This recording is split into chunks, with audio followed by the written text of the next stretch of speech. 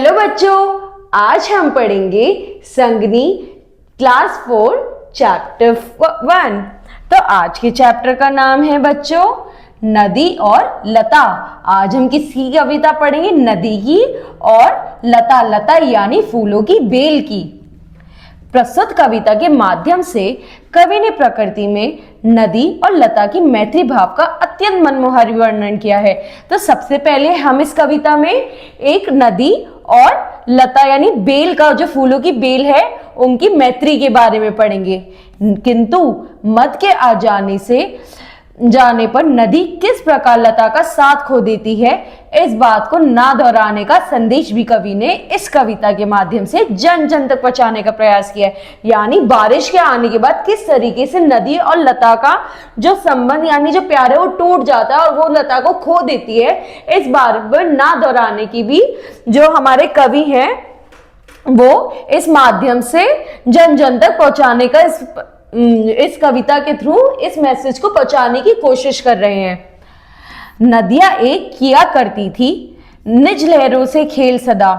जो नदियां हैं वो हमेशा खेल किया करती थी निज लहरों में, यानी लहरें, जो नदियों में जो लहरें होती थी उसके थ्रू पानी खेल किया करता था। उसके तट पर झूमा करती एक मनोहर कुसुम लता, और उसी नदी के जो किनारे में एक बड़ी ही सुंदर फूलों की बेल हमेशा झूमा करती थी। उसी लता पर पंछी आते कलरव गान सुनाते थे। नदी अकेली ज्योति बैठी उसका मन बहलाते थे। तो जो उसी लता, जो वो फूलों की बेल है, उसमें काफी पंछी आते थे और बहुत मधुर गाना गाते थे, क्योंकि जो नदी है वह हमेशा अकेली रहती थी। तो वो लता पे जो पंछी आते थे वो हमेशा उसका मन बहलाते थे। पुष्प भेंट कर लता नदी को सदा सजाया करती थी। देकर नदी उसे जल शीतल ताप सदा ही सहती थी। तो वो जो वो लता है वो हमेशा उसके ऊपर जो फूल आते थे वो हमेशा वो नदी को भेंट करके उसे बड़े ही सुंदर तरीके से सजाती थी। और तो और नदी जो है वो लता को हमेशा शीतलता देकर खुद ताप सहती थी, यानी खुद गर्मी सहती थी। दोनों सखियां सदा प्रेम से समय बिताती जाती थी। स्नेह परस्पर तो जो था उनमें उससे वे सुख पाती थी। तो वो जो दोनों सखियां हैं उनमें बहुत ज्यादा प्रेम था और वो साथ में हमेशा समय बिताती थी, क्योंकि उन दोनों में बहुत ज्यादा प्रेम था, इसलिए वो एक दूसरे से बड़ा सुख पाती थी। एक दिवस वर्षा का जलपा नदी लगी थी इतरानी। धन के मद में भला लता को वह तो क्यों कर पहचाने। अब आगे क्या हुआ बच्चों? एक दिन बारिश आई और बारिश के आते ही जो नदी है वो बड़ी ही इतराने लगी, उसे घमंड आने लगा। अब उस घमंड को तो उस पे ऐसा है जैसे उस पे कितना धन आ गया, और वो फिर तो उसने क्या करा, उसने लता को पहचानने से ही मना कर दिया। उस नदिया ने सीमा तोड़ी दीन लता को मसल दिया। उसके पत्तों को फूलों को नदिया ने था निगल लिया।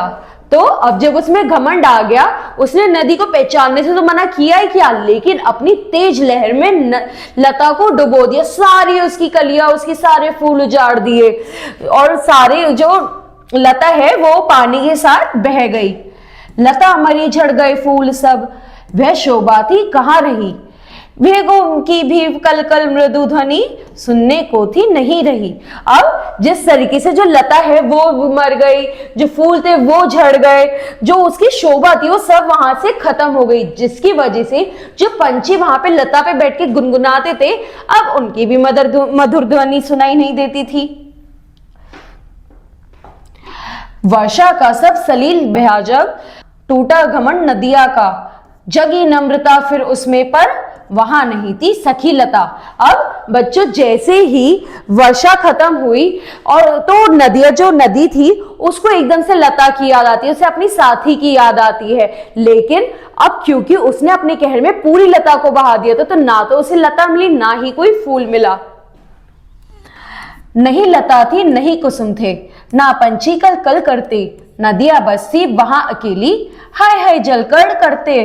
तो अब क्या हुआ, ना ही लता थी और ना ही कुसुम थे, फूल थे, ना उसमें पंछी कलकल करते। बस नदी जो थी वो अकेली रह गई और वो अपने जो उसके कर्म किए, जो उसने काम किया, उसको वो बस सताते रहते थे कि उसने क्या कर दिया। सजा हुआ था तट जो पहले, आज वही सुनसान हुआ। भर घमंड में उस नदिया ने लता सखी को बहा दिया। अब जो आंगन, जो पानी के सरोवर के पास पूरा इतना सुंदर सब कुछ सजा हुआ था, अब वो सब कुछ बिखर गया। ना तो लता रही, ना ही उस वहां पर कोई आवाज आती। आज वही सुनसान हुआ। तो अब जो सारा जो वहां का इलाका वो सब सुनसान हो गया। घमंड में जिस नदी ने पूरी लता को मार दिया था, वो सखी अब बह गई और वो कहीं नहीं मिल रही। अहर अहर पर नदियां रोती कर सखी नहीं पर मिल पाती, अपनी ही करतूतों पर वे रात दिवस है पछताती।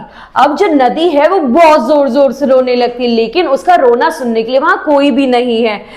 वहां पर उसकी जो सखी थी अब वो कहीं है ही नहीं।